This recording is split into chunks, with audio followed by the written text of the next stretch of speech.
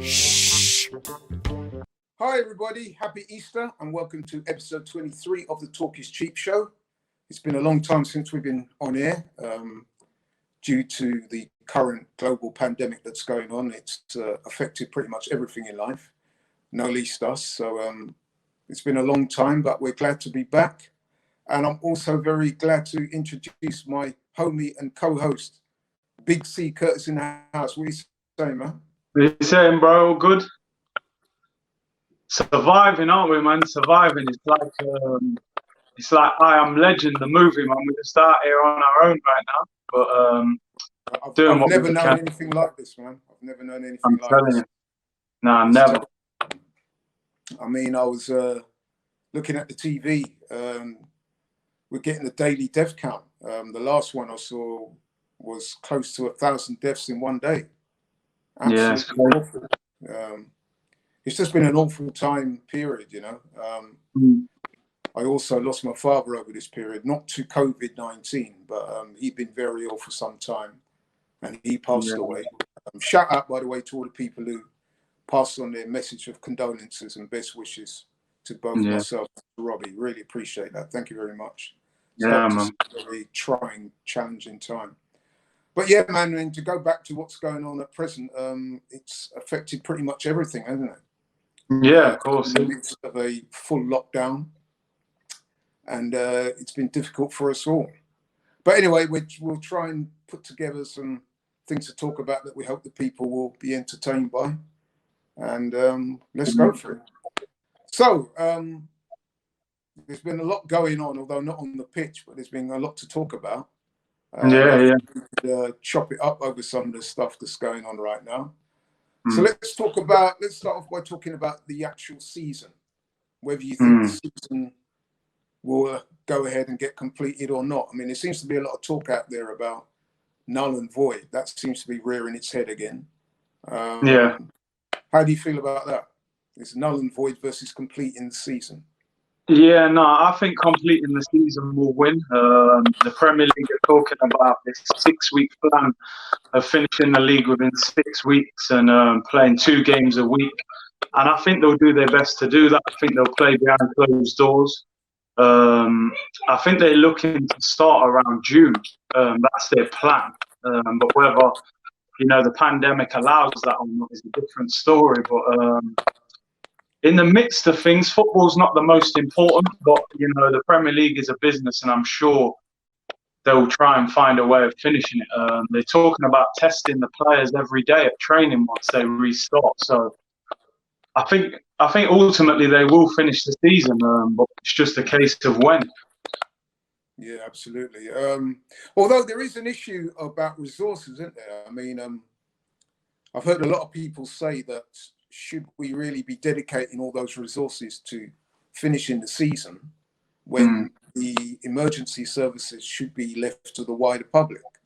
So what's your thoughts on that? I mean, yeah, the NHS is stretched as it is. So, to be playing a number of football matches where you're going to need medical services and police and things like that, it is going to overstretch them. But because let's be realistic, if there's 10 games roughly to go. So if we're going to finish the season, there's a lot of talk there about 2 games being played in a week. Now, 2 games being played in a week right across the country. There could be argued by people who are, non-football heads, as it were, that's an unfair to the rest of the country to expect the resources to be dedicated to football when there are other things perhaps more important. People consider that, there's more important things to be worried about. So, obviously, I think it's in the best interest of all in the football fraternity that we finish the season, but it's just logistically. And then you've also got the problem that I see, and this seems to happen every time there are games played behind closed doors, is that fans will congregate either outside the grounds or in close proximity to the grounds to watch games, and that becomes another issue. How that's policed in terms of the possible health implications of people gathering and possibly spreading the virus further. So how do you circumvent that? I mean, you got to be pretty silly to be gathering in groups outside the stadium at this period. I mean, but You yeah, know what like football I said, fans are like, Curtis? yeah, man, I'm sure they'll They're a find bit a of a way. law But unto I mean, themselves when it comes to stuff like this. you would hope people will have an element of control, but yeah, I mean, until it's all cleared up, it seems very difficult to play football. I think, as you say, it's secondary at the moment. And then that's the other thing. I mean, when will they start the season back? Because I mean, obviously we're in the midst of a lockdown now. What's it, 3 going on to 4 weeks? Yeah, But there's no real, the government haven't really given a clue as to when the lockdown will end. I guess they can't at the moment until the no, numbers are under plateau out, reduce, and then are under some element of control. So I guess the question is, in terms of the lockdown ending and being able to play football again, when would we start? Would it be late and this May, is the June, thing. July? I mean, and then you've got to also factor in the question that the longer this goes on, you're possibly running into another season. So Yeah, how do they and that's accommodate? the thing. Yeah, because the Euros now they've said to start next June, so they need to start the season by about August, September. So I don't see how they're going to fit 10 games in. Then the players are going to want a break because even though the players are off now, they're going to argue that they haven't been on holiday, they're still training. They're going to want a little break between the seasons. So, and then your pre-season tour, do you not? I mean, I don't know how they're going to fit in. It's going to be crazy. They're going to And have even the to. players as well. I mean, I've read where some of the players are privately voicing their concerns of what they feel has been forced to play during a Of very course, yeah. uncertain time. So Yeah. how much buy-in is there from the players to actually finish the season? It throws up all sorts of conundrums, it really is. Yeah, and that's the thing, the Premier League is very money orientated, but yeah, people's livelihoods are first, and I think morally the season should be voided, if I'm honest, because I just think. Oh, you've gone back to voiding now.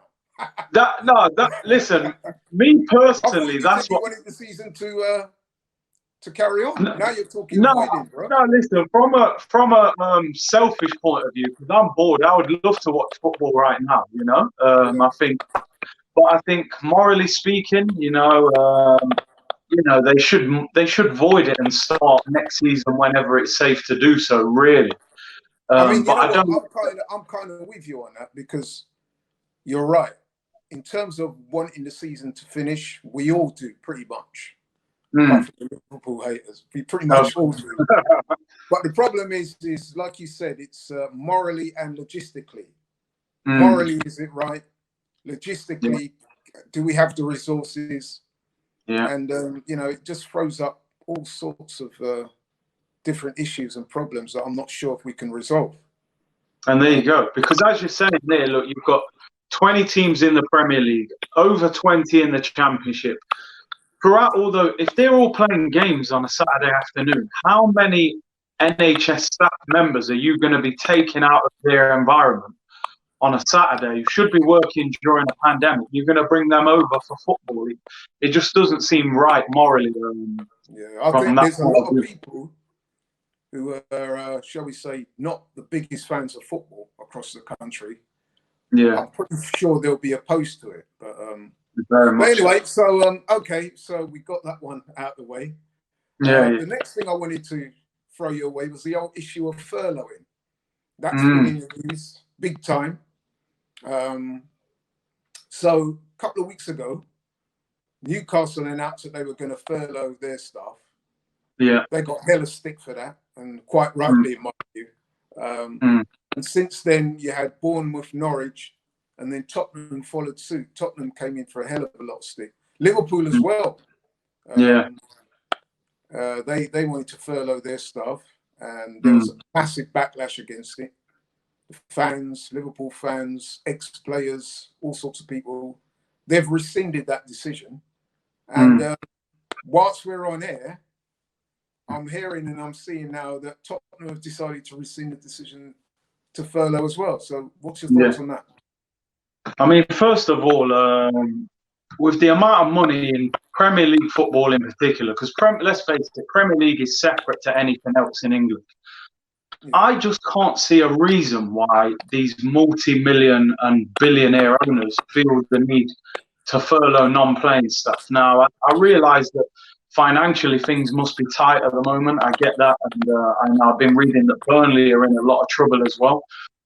But, you know, the guy who works in the CAF who maybe earns a few £100 a week, or the guy who does the pitch on the training ground, you know, how many of those do you need to put together to make maybe one player's wages? You know, I just think, you know, for example, Liverpool, you know, such a big club. They had so much money last year from that Champions League run. You can't tell me they need to furlough staff, an already overstretched system where you're paying government money and tax, where ultimately people like me and you are going to have to pay that money back through tax when all this is finished. So, to me, I think it's completely wrong. I agree with you. I think it's both morally wrong and it sends out completely the wrong message at a time like this. And I was kind of surprised with Liverpool, to be honest, because obviously they pride themselves on being a cornerstone of the community. And for them to come out and done that, I was shocked, bro. I was like, wow, really?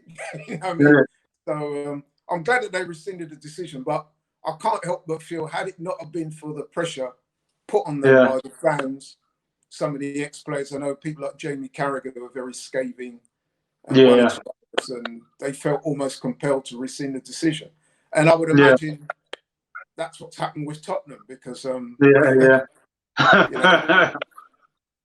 was, in a kind of funny kind of way, I was kind of enjoying seeing that because it was making them look so bad. I was like, I know, man. You know, worse than usual. I think they've come to their senses now. Yeah, which is good. One thing I do respect Liverpool, though, is when their fans feel something's wrong, they make it known, man. They do come together and sort it out, you know, like when they got them owners out of the club before. So it shows the power of fans if you stick together, you know. Yeah, absolutely. Okay, moving on slightly then, and it's a slight segue. The issue of players having their wages cut, and stuff like that, and deferrals and things like that. What's your thoughts on that? First of all, I just want to concentrate on the overall subject. I know there's the Arsenal thing. I'll move on to that in a little bit. But just the issue of players and them themselves for pay cuts. What do you think on that? I think under the current circumstances, again, Premier League players are different to any other player in English football. There's no reason they shouldn't donate money towards the NHS, which I think they've all come to some sort of agreement to do that. So I tip my hat to them in that sense. I don't think they should be forced to take pay cuts. I think it should be their choice, because ultimately Premier League footballers pay 40% in tax, roughly around 40%. So I'm not being funny. Premier League footballers are probably funding a lot of the NHS anyway through what they're paying through tax each week. So the deferral of wages, I think Jordan Henderson led this sort of thing amongst the players that they would all give money towards the NHS, and seen a number of clubs doing things, so that's great. Yeah, that was the players together. So Jordan Henderson was apparently instrumental in setting that up. So good on him, good on all the players, because I think there's players from right across all the clubs who's getting involved in that. So that's really good to see. It's interesting on the players front, because I agree with you. I don't think the players should be forced to take pay cuts. Number one, I think there's a hell of a lot of players who do a lot of good charity and philanthropic work throughout the community already. They're known givers. And I think with footballers, as in any walk of life, you shouldn't force people to take pay cuts. It should be it's suggested, and then if they want to do so, then fair enough. But to force somebody, I mean, we don't know their personal circumstance. Okay, you got to remember, these guys are earning, a lot of them, not all of them actually, are earning good money. But then they've also got their own financial commitments. So, for example, just one off the top of my head, we know that Sadio Mane is very committed to his charity work, both here and abroad. So then to force somebody like that again to give up more money is perhaps a little unfair. Footballers, they earn relatively high amounts of money, but it's a relatively short career as well. And you've got to think about your family. I mean, some of these guys, that one footballer is probably generational wealth for generations of family there, you know. So there's all sorts of things that we've got to take into account. It's not just looking at somebody and saying they're earning X amount a week and they should be all right to give up, you know, another 10, 20%, 30%. Exactly. It's often not as simple as that. And that's why I say I'm not in favour of people being forced to give money. And the thing is, Laurie, you know, footballers are very scapegoated, you know, because I saw, you know, the MPs were talking about footballers, but then look at other sports in this country, you know, look at Formula One racing, you know, Lewis Hamilton's one of the richest sports athletes in this country, you know, look at these bankers in London, how much some of them are earning, you know, but no one's saying for them to take a pay cut. So it's easy to point at footballers, man, and a lot of them are working class people like us. So I think you have to handle it properly, man. It should be an option. Yeah, I think you're right. Footballers at times like this can become easy targets. And like you said, the majority of them are from working class backgrounds. And there does seem to be some kind of built-in resentment there to young men from a certain background in earning what people consider to be vast sums of money. And so you're right, they become easy targets. So so moving on from that, segueing into the next thing, it emerged. Got quite a lot of traction. That Arsenal speculated that they're proposing that their players consider taking a wage cut should they not qualify for the Champions League and the Europa League. And it's interesting, this one, because we at AFTV, we did a little poll on our social media site, putting that question out there. Do you think the players should take a pay cut if they don't qualify for the Champions League, in line with what the club was saying? I think it was about 12%, wasn't it? Something like that. And I was quite interested in the results of that poll. I mean, it's still ongoing if anybody wants to go on the site and have a look. But the last time I did look, which was this morning, I think it was 73% of fans actually agree that they should take a pay cut. And I must admit, I thought it'd be a lot closer than that. What's your thoughts, bro? I mean, let's get one thing straight. From a footballing point of view, I don't hold the biggest amount of respect for these players at Arsenal because, as a fan, they're constantly letting us down, you know. Any names? So from that, well, I ain't gonna name names. Let's leave them out. You got an agenda, you see. The thing with no agenda. No, but listen. We're not going to mention the O word on this show today. No, we ain't going to do it. We're not going to do it. But go on. Yeah. From my point of view, I'm more looking at the owner. I'm looking at Kroenke and saying, look, you know, if we bought a lot of top players, real top players, and we hadn't qualified for the Champions League, I would have a bit of defence for the owner, because I'd say, you know what, he's really invested here and built a top team and they've underperformed. I look at that Arsenal team and I go, do you know what? I'm not surprised that we're not in the top four, because we don't have a very good team, let's be honest. There's only 2 or 3 top players there. So for him to say, oh, you know, if you don't get in the Champions League, we're going to take 12% off your wages. As an ex-footballer myself, I would not be doing that, because, you know, it wasn't put into your contract before you signed. You wasn't told that. Because we're in a financial situation now, the club wants to save money. But ultimately, Stan Kroenke has not invested anything out of his own pocket into this football club. When he is building a stadium. And with respect, you're kind of sounding like you're a footballer here. But looking at the public, 73%, and there was a lot of people that voted on this poll, by the way. Thousands. It was in the thousands. And 73%, man, that's quite a big margin. So why do you think, to play devil's advocate, why do you think the fans feel that way? Is it because the fans are fed up with what they perceive to be the failure of the players on the pitch. They're saying, well, actually, you know what? Maybe there should be some kind of incentives. Maybe your wages should be incentive based.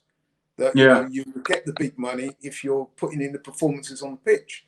It seems to me that the club inadvertently may have struck a chord with the fans there. Yeah.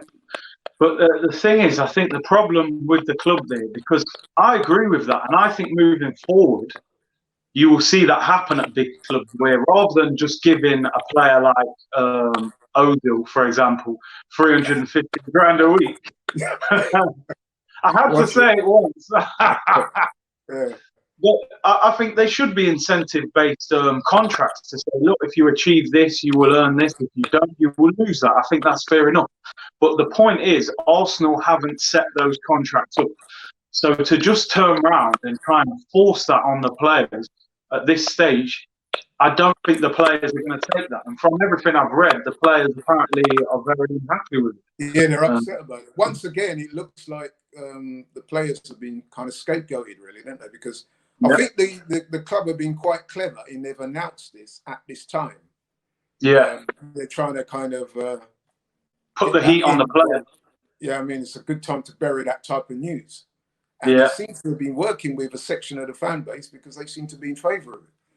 But I mean, I don't think it's a workable situation. Because, so for example, if you're one of the club's better players, Aubameyang and the likes, you know, say you're having a really good season, and then you thought, you know, certain bonuses would accrue, and then you're being told, well, actually, you've had a great season, you've done your best, but actually, you know what?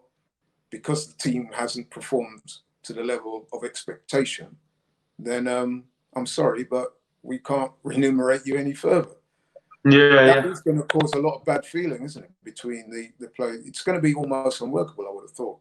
Yeah, it's typical I think Arsenal. you can get away with that with certain clubs. Yeah.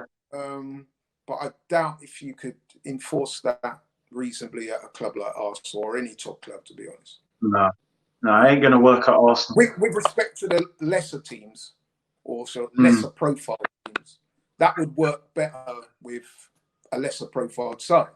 Because then you could say to them, look, you're doing well. And I'll tell you what, if you guys can make it into Europe this season, we will give you a bonus reflective of the kind of earnings we can expect to earn once we get European football.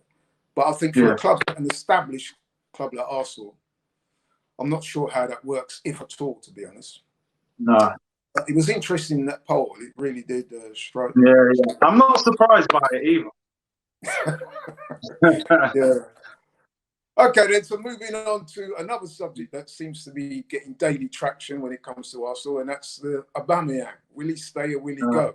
I have to say, there isn't a day over this whole COVID-19 pandemic that I haven't woken up and seen some rumour attributed to rumour or headline attributed to whether Aubameyang's going to stay or whether he's going to go. Most of them seem to be saying he's going to go.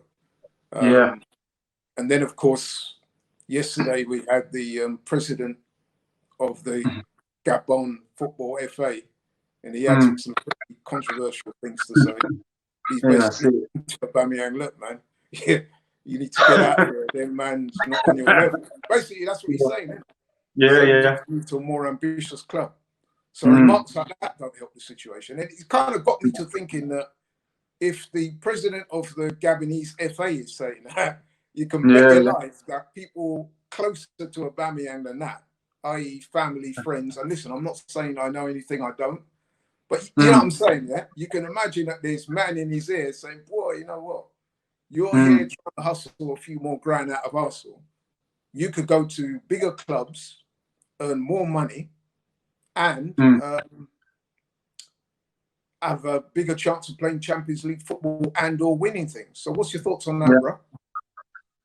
I mean, cutting his wages by 12% ain't going to help either, is it, when you're trying to convince the man to stay? Yeah, that's definitely not going to help, that one. That ain't going to help. But yeah, in terms of what the Gabonese president said, I mean, look, it's not helpful. When I first heard it, I thought, come on, man, we don't need that. But let's be honest, right? He wasn't telling lies with what he was saying, man. Arsenal are not moving like an ambitious club. You know what I'm saying? Yeah. ultimately, he wants Aubameyang to be in the biggest spotlight possible because it reflects well on their national team if he's at the top level of football. And let's be honest, we're ninth in the league. Apart from the FA Cup, we can't win anything this season. He hasn't won a trophy since he's been at the club. It's a difficult And not only that, I situation. would just say as well, in defence of the president of the, I'm not going to try and pronounce his name, man, because it's some long name, all right? But again, playing a bit of devil's advocate, in his defence, by all accounts, and I've got a few African friends, they're not from Gabon, but they're from West Africa, and they tell me that in Gabon, Aubameyang is like a god there, you know what I mean? So revered there. I guess people are going to feel that way. They're going to say, well, listen, man, why isn't this man playing at a high level? Why he should be playing for the likes of Barcelona, Madrid, and, to name a few. Even bigger clubs than Arsenal with a bigger chance of winning things and playing football in the Champions League. So, whilst we're looking at it and saying, look, keep your nose out, your bang out of order, we're looking at it and say, look, this is our hero. We want him to aspire to be the best he can be. Because let's face it, if we're being honest, Gabon are not the strongest team internationally, are they? They're not even in Africa. They're not, they're not nowhere near. Yeah, so and the thing for is, someone like Aubameyang, it's his domestic football that's going to carry him, not his international football. Exactly, and then you look at the success of some of the other African players lately. You've got Mo Salah, he's become iconic, won the Champions League. Mane's won the Champions League. You got Mahrez has won the Premier League. So these other top African players are winning major trophies. And Aubameyang, he's 31 in June. He hasn't got time to stand still. And at the moment, Arsenal are standing still. That's the problem. The only thing that improved at Arsenal this season was the kit. That was it. The Adidas sponsorship. We're the only team who can spend 120 million in the market and get worse. It's crazy. But no, the Aubameyang situation. So do you think? Yeah. I mean, I honestly hope he's going to stay, man. But every day I get up and I see these things, I'm thinking, well, boy, you know what? So let me ask you: do you think he's going to stay? Hang on, let me ask you this: do you think he wants to stay? I think emotionally, yeah. I think he loves the club. I think he'd like to stay. Yeah, I think you're right there. You can see that. Yeah. But do you think he will stay? Business-wise, does it suit him to stay? I don't think he will. I don't think he will stay. No, I'm not even sure the club are really pushing hard for him to stay. That's what worries me. I don't see them ambitious moves being made. Where's the statement of intent? They're not. If your big player is his future is in the air, like Pogba has been many times at Man United. Solskjaer has said over and over again publicly they're going to keep him. They want him. They realise how important he is. I don't hear them noises coming out of Arsenal, No, but to be fair, Arteta has said he wants him to stay.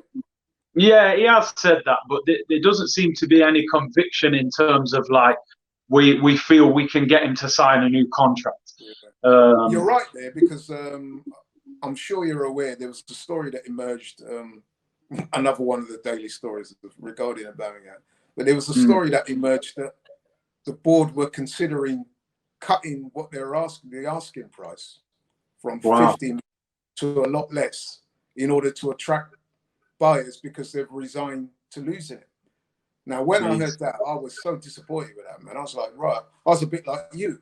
If you if you got a valued possession like Aubameyang, you want to do your absolute best to keep him. So cutting the asking price is sending out a signal that, well, you know what? Yeah, he's going to go. Let's cash in. And that's not what the fans want to see. Not the majority of the fans, anyway. No. Because when Gazidis went... what you were saying before about ambition and, the club making a statement of intent. Because when Gazidis left and, Raul and Edu and all these guys come in, they said, we're moving in a new direction. We won't make the same mistakes as before. This looks to me like another massive error that we've allowed him to even get into this position. Because if we do sell him, we're going to get bumped on the price. And at the same time, what message does it send out to potential new signings if we're selling our best player? They're going to look and go, well, no, that's a sinking ship. I'm not going there. Yeah. So it's not good, man. It just reverts back to the Van Persie situation all them years ago, man. You know, we all blame the player, but sometimes you've got to look at the club and say, how are the club moving? So by what you're saying, then you seem pretty much resigned to the idea that he's going to go. Do you know what? The only way I think we could keep him, this is me being honest, is if we end up in the Champions League. If we potentially finish 5th, Man City get that ban and we get in the Champions League by default, then they'll have the extra income from that and they may be able to match his demands. But if we're not in the Champions League, which is unlikely, I don't think Aubameyang will be here next season, although I hope he is. Yeah, I'm with you on that, man. I very much hope so, but it's beginning to look like a foregone conclusion, sad as it is to say that. And the thing is, just to end on this, it doesn't even, by all accounts, listen, we don't know the ins and outs of these things, but by the figures I'm seeing bandied around, it would appear that he's asking for the world, you know what I'm saying? Like, if it's true that what he's asking, he would still be the second highest earner at the club. If it's true what I'm hearing. So it would be a real shame if they couldn't sort it out. Yeah, massively. I mean, we waited all this time for a top striker and you get one and you just waste him. But the thing is, man, on the pitch, he's been absolutely sensational. So he has. To me, you should do everything in your powers to keep him. But whilst we're talking about people who may be staying and going, there's been news this week as well that the likes of Hector Bellerin, Ceballos and Torreira have all been linked with moves away. I don't know how this speculation comes out, but it does seem pretty consistent, certainly in terms of Bellerin. There's been a few stories I've read. What's your views on that, quick? I mean, Bellerin, I don't think you're Bellerin's biggest fan, are you, Laurie? That's why I'm asking you. No, you know what? That's a good thing about hosting the shows, that I could deflect all them type of questions onto you. Yeah. You're the resident expert, you know. In terms of Bellerin, I see him being linked with Inter Milan. I mean, look, he's been at the club a long time. He hasn't quite looked the same player since the injury. If we got good money offers for Bellerin, I wouldn't be averse to looking and cashing in on Bellerin and bringing in a new right back. In terms of Torreira, again, Torreira's a decent player, but he seems like he wanted to go back to Italy for a while, Torreira. Constantly being linked with AC Milan. And then Ceballos, again, I've heard he wants to maybe go back to Spain and he doesn't feel he's been played as much as he was promised. So all three of them are decent players, but, you know, neither one of those three to me are a lot. Yeah. I think, just to shorten matters, I think if it's down to me, I'd try and keep Torreira. The other two, I'd be... You're not that bothered? I'm not, not to be honest, no.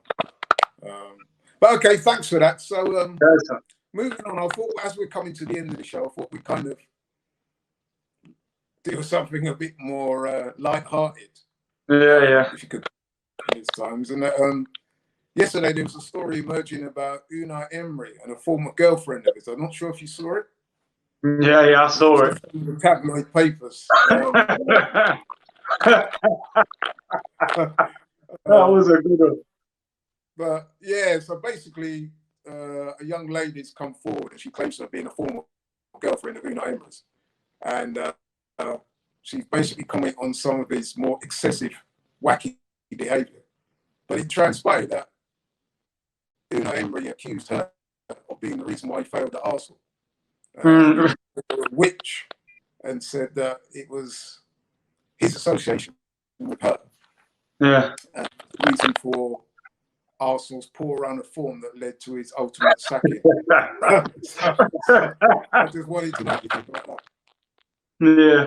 Oh my days, man! That you know what? That story did lift the mood a little bit because it was a funny one. Emery don't want to let go of this failure at Arsenal, does he, man? He's blamed the players, the fans. Now he's blaming his ex-girl. You know, I don't know what she was Was doing. he married? Was He he married wasn't. at the time that he was supposed to have this liaison with this woman? I thought he was married. Yeah, because apparently she said it. She found out he had a wife as well back home or something. So his tactics are all over the place on the pitch, and they're bad at home as well. So he just can't get it right, can he? You know? So, yeah, man, but, It might have been a bit of salacious gossip, or yeah. it could have been an insight into the man's apparently wacky nature. But hey, man, but listen, man.